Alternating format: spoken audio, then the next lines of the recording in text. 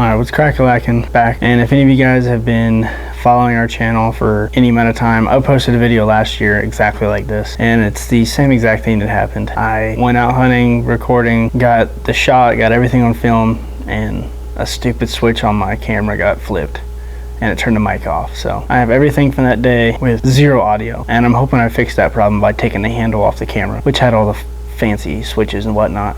But this is a video that I've been meaning to make for quite some time.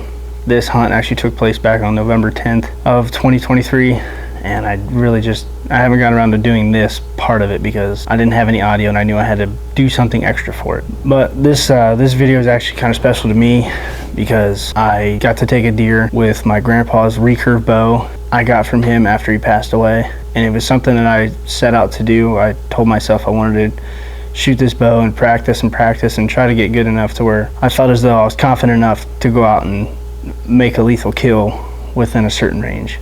And this all starts back to February of 2022, after that deer season. That's when I got that bow, got a string for it, got arrows for it, got a quiver, got it completely set up. And I actually do have a video of that I took way back, and it was my first session of ever shooting that bow. Hey yo, what's going on? Out here today. It is February 6th. It's my mom's birthday, but I'm kind of making this video to hopefully use it in the future. But I'm out here today shooting this recurve bow that I was lucky enough to get. Is my grandpa's bow. It's a Bear Kodiak hunter.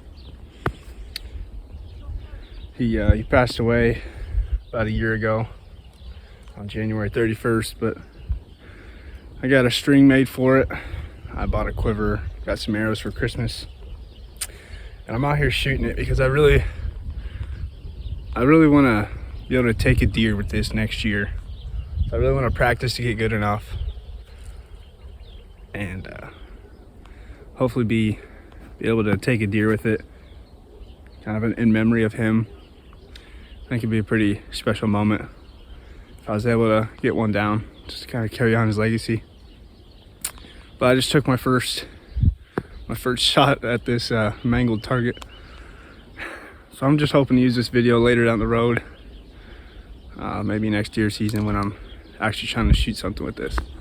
So until season rolls around, peace. But after I shot that bow for the first couple times, I was kind of hooked. I was kind of set out that the next season, which would have been the 2022-23 season, that I was going to take at least a doe with that bow.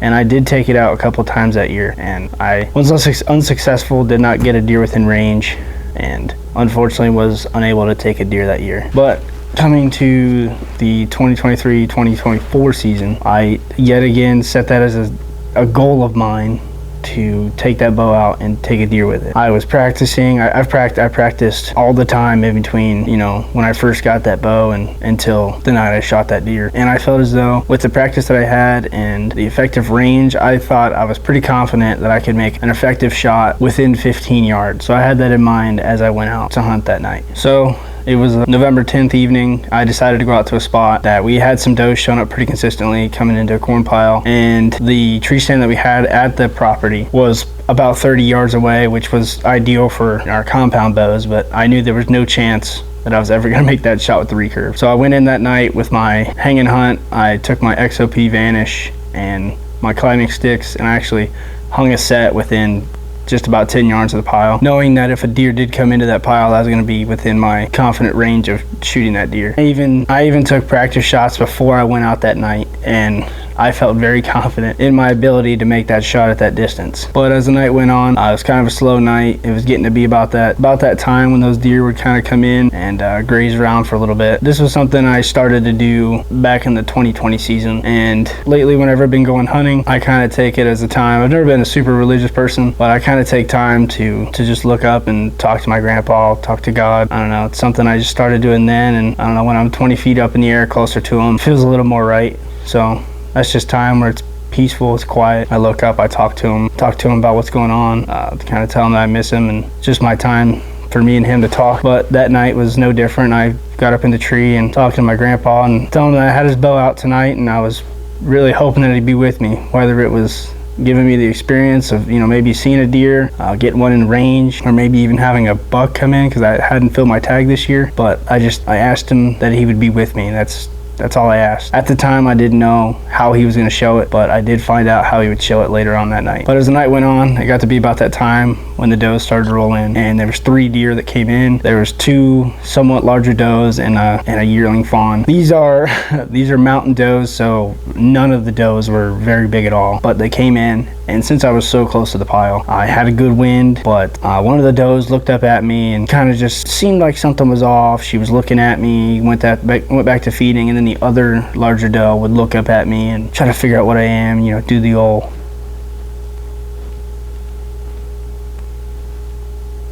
when they're trying to bust you and get you to move. But you'll see in the video that it took me forever to get a shot off. I can't remember exactly, but I want to say it was probably 15 minutes. I had to stand there with the bow in my hand, just waiting for the 2 does to not be looking at me, have a broadside shot, and not have another doe behind it, you know, in case I did miss. So I'm thinking it took about 15 minutes for that to happen. And once it finally happened, I was like, okay, it's go time. I pulled back, felt confident, I let it fly, and as soon as I let it fly, it was not good at all. It was terrible.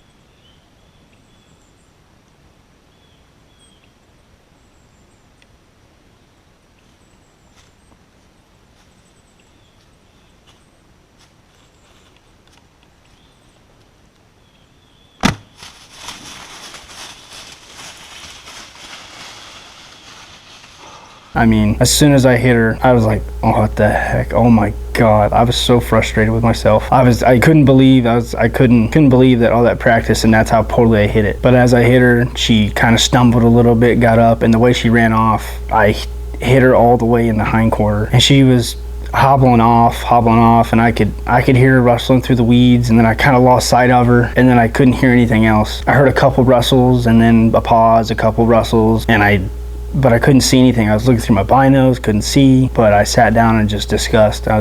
Could not believe that I felt confident enough to go out and make that shot, and I wasn't even remotely close. Any hunter's worst fear is wounding an animal. Any hunter that truly cares about the animals that they're pursuing, they never want to injure or, you know, make an animal suffer longer than it needs to, and that was my immediate fear. But as I sat there, the rustles and the ruffles over in the brush, they stopped, and I just didn't know what happened, what to expect, how long I was gonna be able to track this deer. My thought process was, if for some reason that doe ran over there, hobbled over there, and laid down, and she's still alive, I didn't want her to lay there and suffer any longer than she'd need to. I knew I needed to go down, check for blood right at the site, and then try my best to sneak around and kind of get an angle as to where I last heard and possibly saw the doe, just to try my best to get another arrow in her if I could. So I snuck all the way around. I don't even think I brought the camera on this part. Snuck around because my main goal was just trying to get an arrow in her. Snuck around, and I didn't see anything, I didn't hear anything. At that point, I didn't know. I didn't really follow blood. I went in a different route to try to get to her, but I didn't see anything, I didn't hear anything, I didn't jump anything. So I kind of snuck my way all the way back. I rewatched the footage, kind of saw where I hit her, saw exactly where she ran, and I went over and I began to track blood. Once I found the direction she went, I was actually following quite a bit of blood, and I kept tracking. I was tracking through the thicket, and the entire time I was following great blood. But the whole time I was also thinking, like, how could I have done this? How could I have shot this deer this poorly? I just couldn't wrap my head around that. But I'm continuing down this track, following the blood. She's kind of snaking. She kind of gets over a tree, which kind of had me worried. But I eventually shined my light up, and there she laid. She didn't go more than 60, 70 yards, and I truly could not believe it. Even if she was gonna die, I would have never thought it was gonna be that quick and that lethal. But come to find out, I hit that artery that runs back in their hindquarter. I'll try to insert the name of it because I don't know the name of it right now, but luckily that's somehow what I hit. She was snugged up into a bunch of thorns and kind of up under a tree, and I tried my best to get a little afterwards interview, I propped the camera up on like a stick or something, and I was by myself, so I pulled her out, kind of doing a little interview, and that was definitely that is exactly when I knew that my grandpa let me know that he was there, because there's no chance, no reason that shot should ever kill a deer that fast. 9 times out of 10, maybe even higher than that, that deer survives if you shoot him back that far. I mean, I was beyond the guts. This is how far back it was. And for that deer to go down under 100 yards, that was him. No doubt in my mind. And it was kind of a full circle connection for me. It was something as soon as I got that bow, I wanted to get a deer with it. I wanted to kind of, I don't know, have that memory. And he was actually able to, he was definitely able to help me succeed that memory. I ended up tying my tether off to her and beginning the drag back out, which was all uphill the entire way. So I got a good sweat going on that excursion out. And at one point I laid the bow down and somehow got her tipped up and flipped up on my shoulder and carried her quite a ways out on my back, which ended up getting me covered in blood. But it's all part of the experience, and you'll definitely have that on the big jobs. But I got her drug out, took her back to the house, was kind of telling everybody about what happened, because they had called me and kind of let them know what had happened. But an even bigger thing, idea, clue that my grandpa was there that night was later that night on our trail camera. We got a series of pictures with a doe, and this has never happened at this camera ever. And we've never had a glare, no nothing, but I'll try to insert some of the pictures or one of the pictures. But there was a purely white orb in our trail camera pictures, and that orb was never in the same spot. It wasn't like a glare that just happened to be in the same spot over picture, but that thing would start out at this part of the frame of the picture, down to here, shifted up into here, and then rotated all the way out in the bottom corner like it was moving. And that is something that people say that is a sign of a loved one that has passed away that's maybe present. And that one kind of hit it home. Me and Dad were looking over it, couldn't really believe it, kind of got a little teary-eyed over it. Ended up telling my grandma about it, and she couldn't believe it as well. But this entire hunt was pretty cool. I'm just super bummed out that this is the way I had to make this video. I really wish it would have just been kind of raw, what I said that at the time, and I would have been able to just throw this video together. But unfortunately I had to wait.